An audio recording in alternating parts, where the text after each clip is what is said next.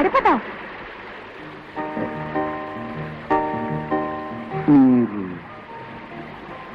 నేనా? నేను నీలాంటి మనిషిని కాదు, ఆకాశాన్ని నుంచి దిగి వచ్చిన దేవత అనుకున్నాను. ఏ దేవతైనా నీ పాట వినుంటే ఆకాశం నుంచి తప్పకుండా దిగి వచ్చేది. ఇంతకీ నువ్వు ఎదురు చూస్తే ఆ దేవత ఎవరు? మీరంటున్నది ఏమిటో? అదే నువ్వు పాట పాడి పిలుస్తున్నావుగా. అబ్బే, ఏదో పిచ్చి పాట అమ్మగారు. ఏమీ తోచినప్పుడు పాడుకుంటుంటాను. పాడుకుంటేనే గాని నాకేమీ తోచదు. నువ్వు పాడుకుంటావు సరే, తీరా నీ పిలుపు విని ఆ దేవత దిగి వస్తే నువ్వు గుర్తుపట్టగలవా మరి? ఎలా? భలేవరే, నా పాట వినొచ్చేది నా దేవత కాక మరెవరుంటారు? తమాషాగా ఉంది. నీ పేరు? గోపయ్య. ఏ పేరు బాగాలేదా? ఇంత బాగుంటుందనుకోలేదు. అందమైన వాతావరణం, చేతిలో వేణువు, గొంతులో మాధుర్యం. నువ్వు నిజంగా గోపయ్యవి. అయితే నీ దేవతే వచ్చి నీ కళ్ళ ముందు నిలబడుతుందంటావు. ఎందుకు దిగిరాదమ్మగారు? ఒళ్ళంతా కళ్ళు చేసుకుని మనసంతా మాట చేసుకుని పిలిస్తే ఒక దేవత ఏమిటమ్మగారు? ఆ దేవుడే దిగి రావాలి. నువ్వు పెద్ద ఫిలాసఫర్ లాగున్నావే. అదేమిటమ్మగారు? అంటే వేదాంతి. ఆయన ఎవరు? మనసులో ఊహించుకున్న నిజాన్ని కళ్ళ ముందు చూడాలనుకోవడం వేదాంతం. చూసేవాడు వేదాంతి. అంటే నువ్వు చాలా తెలివిగలవాడు.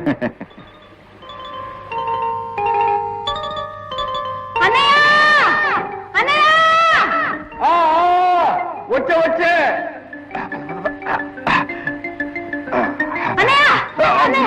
ఏమిటమ్మా? ఎవరో దొరసానమ్మా రాధారి బంగ్లాలో దిగిందట.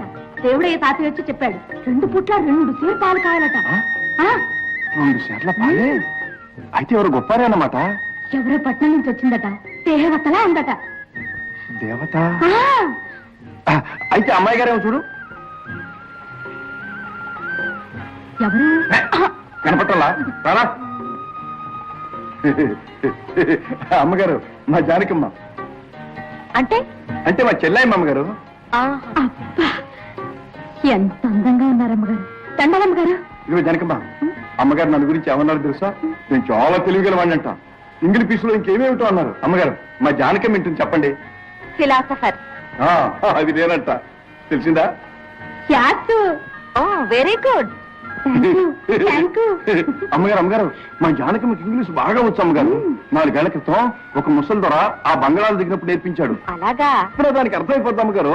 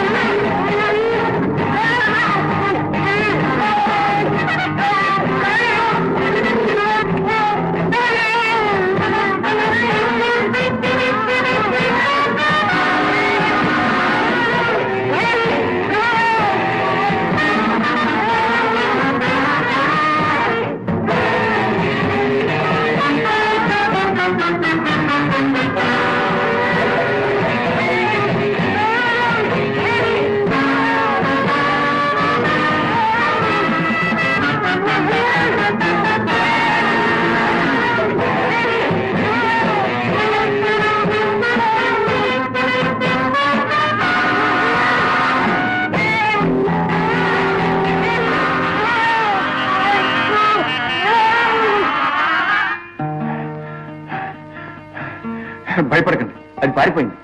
మీరు వెళ్ళండి.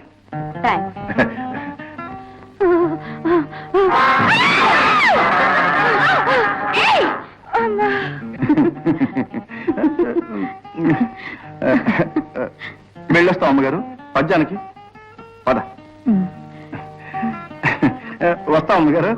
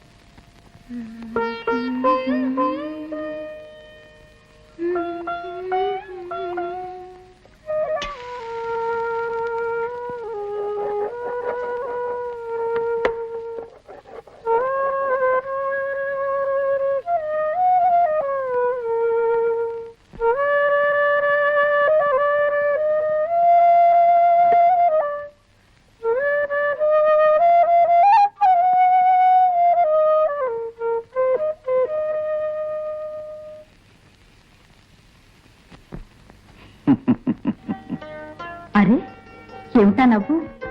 ఆవిడ్ని చూడగానే ఏమనిపించిందో తెలుసా? ఏమనిపించింది? ఆకాశం నుంచి దిగి వచ్చిన దేవత అనిపించింది. అవును, దేవతలా ఉంది కదూ? ఏమో, ఎవరికి తెలుసు? ఎవరికో తెలిసేదేమిటి, నాకు తెలుసు. అచ్చం అలాగే ఉంది. సరే బాబు, అలాగే ఉంది. ఆవిడేదో ఆకాశం నుంచి దిగొచ్చినట్టు ఇప్పటికి 100 సార్లు చెప్పావు. ఆవిడే అందంగా నవ్వుతుంది, తీయగా మాట్లాడుతుంది. ఆవిడ జడ బారుగా తాచుపాములా ఉంటుంది. ఆవిడ కళ్ళు నక్షత్రాల్లా మెరుస్తాయి. నడిస్తే ఎలా ఉంటుంది? పిల్లగాలికి కదిలే మల్లి తీగలా ఉంటుంది. ఆవిడ మీద పాట రాయింది, నీకు నిద్రే పట్టేటట్లేదే.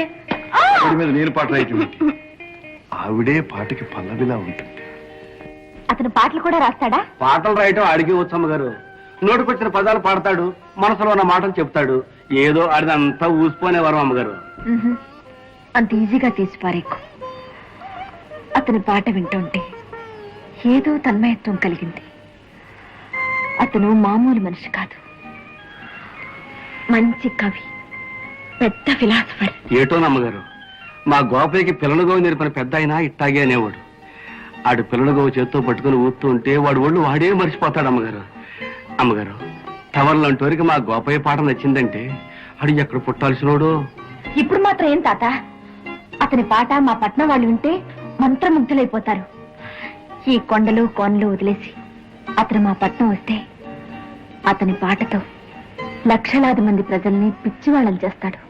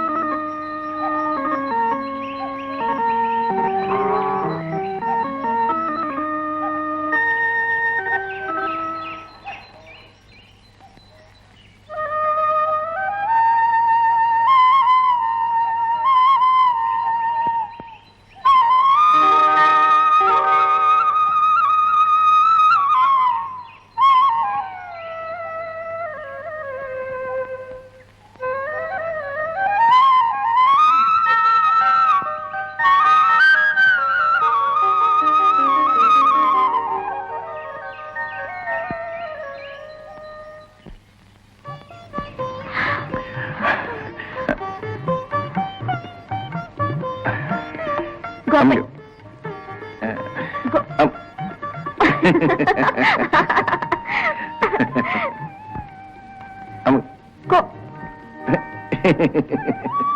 గోపయ్య, మాట్లాడు.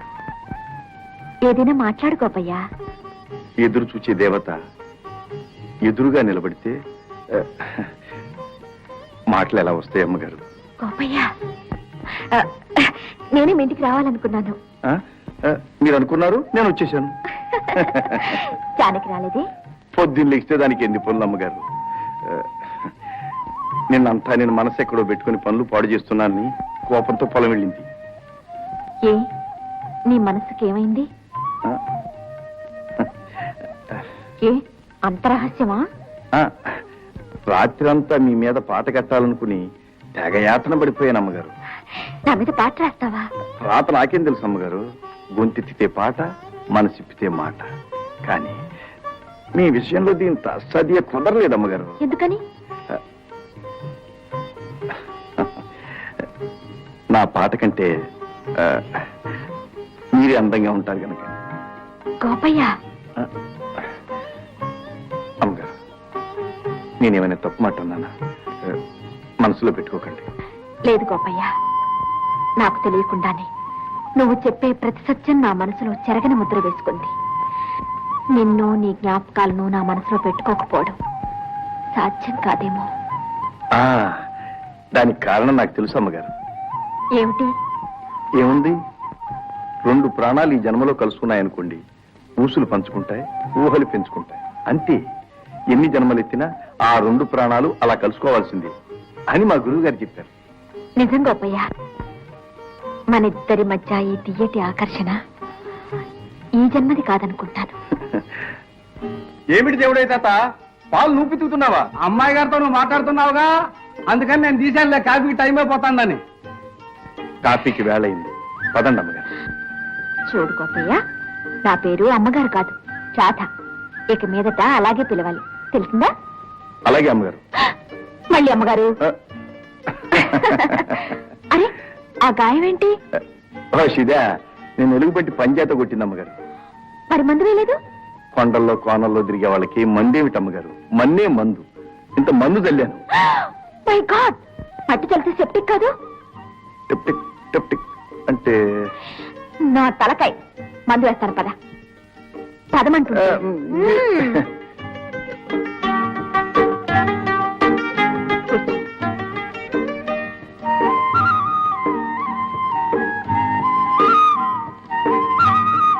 కూర్చో గోపయ్య.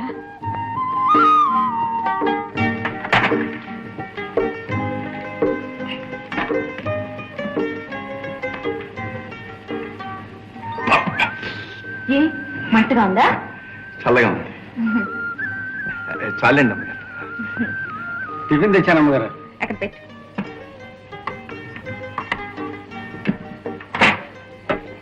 వస్తానమ్మగారు. టిఫిన్ తీసుకో గోపయ్య.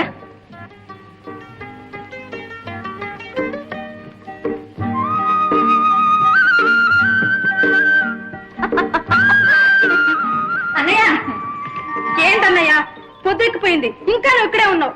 దొడ్లో గొర్రెలేమో నన్ను ఏడిపిస్తున్నాయి. వస్తానమ్మగారు. అదేంటి గోపయ్య, టిఫిన్ తీసుకుని వెళ్ళు. జానకి, నువ్వు కూడా రా. వద్దమ్మ గారు, అవి తినడం నాకు రాదు. ఎర్రి మగవా, అమ్మగారు చెప్తే కాదనకూడదు. కూర్చో. తీసుకో, ఇంకోటి కూడా తీసుకో. ఒకటి చాలా అమ్మగారు. Thank you thank you. Thank ఇవ్వరా?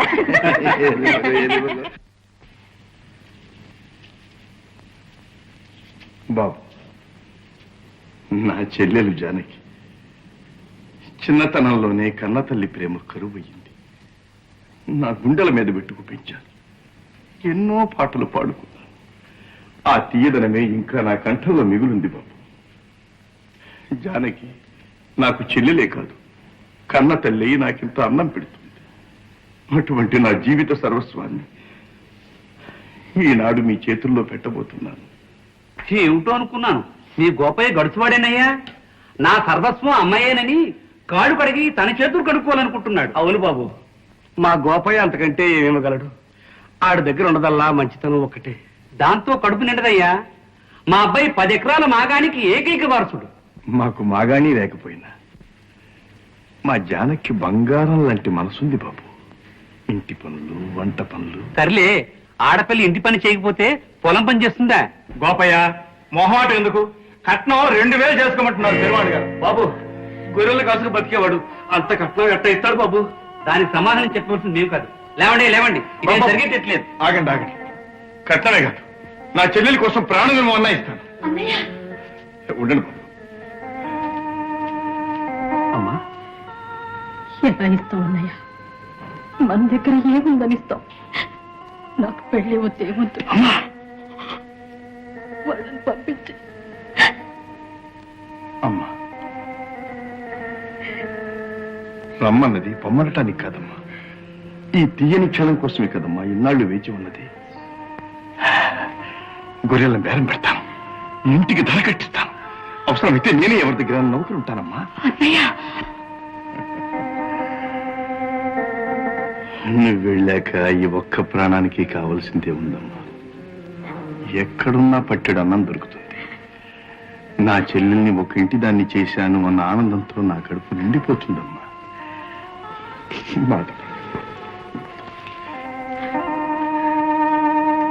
బాబు, 4 నెలలు గడివేవండి.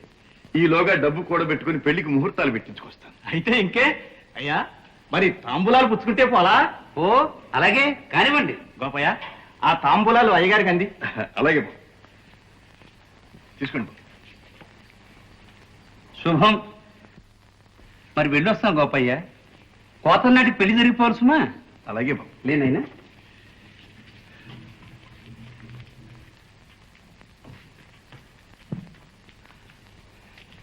తగరి భారం నెత్తిన పెట్టుకున్నావు గోపయ్య. నీలాంటి మంచివాడికి సాయం చేయడానికి ఆ భగవంతుడే ఎవరినో పంపిస్తాడు. ఎళ్ళొస్తాను గోపయ్య.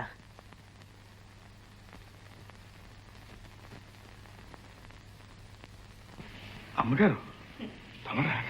రండి అమ్మగారు రండి. ఏ గోపయ్య, నేను మంచి సమయానికి వచ్చినట్టున్నానే. జానకి పెళ్లి కూతురు కాబోతుందన్నమాట. నా బంగారు కలలు పండబోతున్నాయి అమ్మగారు. ఏం జానకి, సిగ్గా? సిగ్గేంటమ్మా నమ్మకం? మీరే చెప్పండి. 2000 కట్నం ఇచ్చే బతికేనమ్మది. వాళ్ళకి సిగ్గులేక అడిగారంటే సరే. వీళ్ళు గారు ఉన్న కొంప గోడు అమ్మి నాకు పెళ్లి చేస్తారంట. పెళ్లి దీని కోపం అంతా నేను ఒంటరి వాడిని అయిపోతానని అమ్మగారు. లేకపోతే ఏంటన్నయ్య? అన్నం చేతిలో పట్టుకుని అరగంట పిలిస్తే గాని నీకు తిండే గుర్తురాదే. నేను లేకపోతే నీ ఆలనా పాలనా ఎవరు చూస్తారు? అట్టయితే ముందు నువ్వు పెళ్లి చేసుకొని నాకు వదిలేమని తీసురా. నేను ఆవిడ చేతిలో పెట్టి నేను అలాగే వెళ్తాను. అవును గోపయ్య, జానకి చెప్పేది కూడా నిజమే. ముందు ఆ పని చేయరాదు? మీరు మంచివారే అమ్మగారు. ఈ బ్రతుకది ఒకటే తక్కువ. గోపయ్య, నువ్వేం అనుకోకపోతే నేను ఒక మాట చెప్తాను. చెప్పండి అమ్మగారు. నీకు అభ్యంతరం లేకపోతే జానకి పెళ్లికి కావాల్సిన డబ్బు నేనిస్తాను. అమ్మగారు మీకంత గొప్ప మనస్సుంది. అదే 10,000. నా చెల్లెల్ని నేను గర్వంగా పెంచుకున్నాను. ఆ ఘనత నాకే దక్కాలమ్మగారు. మరొకరి డబ్బుతో పెళ్లి చేసి ఆ ఆనందంలో పాలు పంచలేదు. అవును గోపయ్య, నే ఆదుకున్నాం అనుకున్నానే కాని నీ ఆత్మగౌరవాన్ని గురించి ఆలోచించనే లేదు. సరేలే, రేపు కనిపిస్తావుగా? రేపెక్కడ కనిపిస్తాడమ్మగారు? గంపెడు చీకటి నెత్తినేసుకొని కొండెక్కుతున్నావు. కొండెక్కడమా? ఎందుకు? అవునమ్మగారు, రేపు శ్రావణ పౌర్ణమి కదూ. ప్రతి పున్నమి నాడు కొండవతల వేణుగోపాల స్వామికి పూజలు చేయటం మా ఆచారం. అలాగా గోపయ్య, నేను అక్కడికి రావచ్చా? అలాగే అమ్మగారు.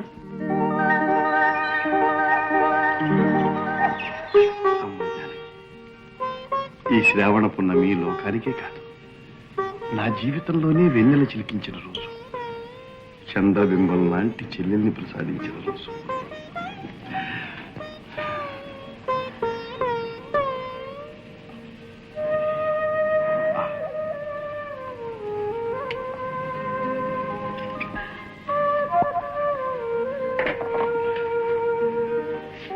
అది కాలాల పాటు పసుపు చల్లగా ఉంది.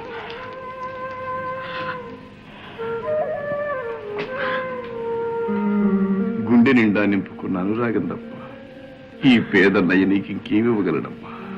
నాకేమీ ఇవ్వక్కర్లేదు. ఇచ్చేదేదో దేవుడే ఇచ్చాడు.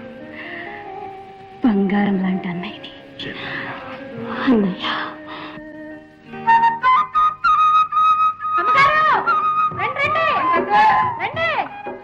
అమ్మగారు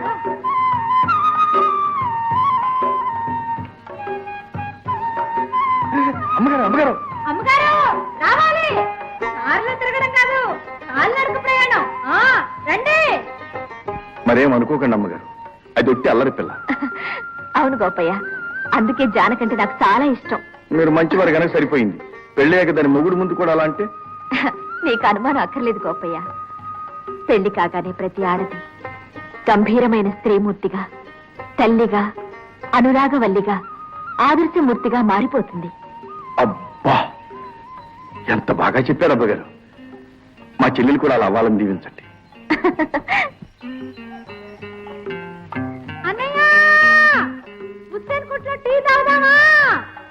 అట్టాగే అట్టాగే. పాపం అమ్మాయి గారు కూడా అలసిపోయారు. ఏమిటి, నేను అలసిపోయానా? అలసిపోవటం ఏంటి అమ్మగారు, కనబడతా ఉంటే. సరే, నీకంటే ముందు నడుస్తాను. పందెం? పందెం. Okay okay. 1, 2. నేను 3 చెప్పలేదు. చెప్పండి అమ్మగారు, చెప్పండి. 1, 2.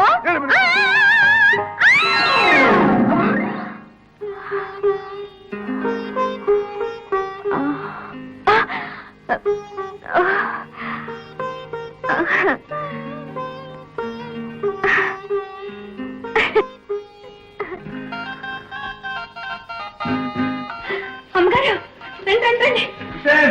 అమ్మగారికి 1వ నెంబర్కి ఒక పట్ట. కూర్చోండి అమ్మగారు. మీరు కింద కూర్చోకూడదు అమ్మగారు. అనయ్య పట్టు.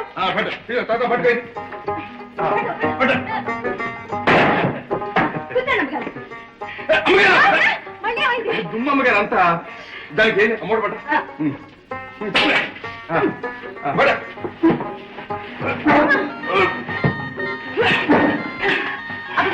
ఏమిటిదంతా ఆపండి. గోపయ్య ఏమిటిది? ఏం లేదమ్మగారు, బస్తీలో చల్లగా కూర్చుని ఎచ్చగా కాఫీ తాగే అలవాటు, అందుకని ఇప్పుడు కూర్చోండి. కూర్చోనా? ఏంటి మళ్ళీ వచ్చింది? ఏం లేదన్నయ్య, అమ్మగారు మల్లెపూలు లాంటి బట్టలు కట్టుకున్నారు. ఈ బల్ల మీద కూర్చుంటే గల్లంతే, ఎక్కడైనా గోలు పట్టది. ఏమిటిది? మీకు తెలియదు అమ్మగారు, సంవత్సరం పొడుగుతా మా ఆవు పాలమ్మినా మీ బట్టల ఖరీదంత చేయదు. అందుకని నన్ను మీతో హాయిగా ఉండేవారన్నమాట. మాతో గడిపినంత మాత్రాన మీరు మాలో ఒకరైపోగలరా? కాలేనంటావా? కావాలనుకోవటం మీ గొప్పదనం అమ్మగారు. మా స్థితికి మీరు దిగిరాగలరేమో గాని మీ స్థాయికి మేము ఎదిగిపోలేము అమ్మగారు. మా బతుకులు ఈ బల్లలు లాంటివి. ఈ బట్టలే చెబుతున్నాయి మీకు మాకు ఎంత దూరం. నిజమే గోపయ్య, నేను నాలాగే ఉంటూ మీలో ఒకరిని కావాలనుకోవడం పొరపాటే.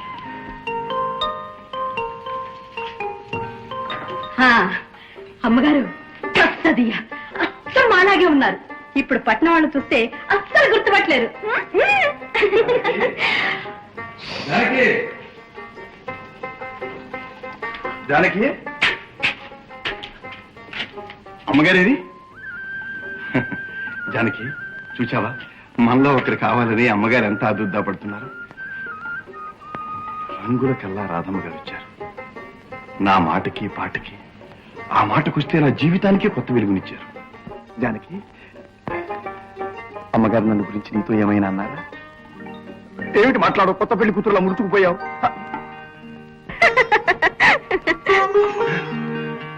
మీరా? మా జానకి అనుకుని ఏమేమో మాట్లాడాను. మనసులో ఉన్నది ఊహించుకున్నది బయటికి చెప్పేశాం, అంతేగా? అది కాదమ్మగారు. గోపయ్య, ఏకాంతం మనుషుల్ని ఎంత దగ్గర చేస్తుందో ఇప్పుడు అర్థమైంది. అది సరే, మీరు ఈ బట్టల్లో ఏ వేసుకోకూడదా? మిమ్మల్ని నా నుంచి దూరం చేసే ఆ అంతస్తుని నేనే దూరం చేసేశాను. కానీ కాసేపేగా. చూడు గోపయ్య, ఇక మీదట నన్ను చూసి మీరు అనవసరమైన మర్యాదలు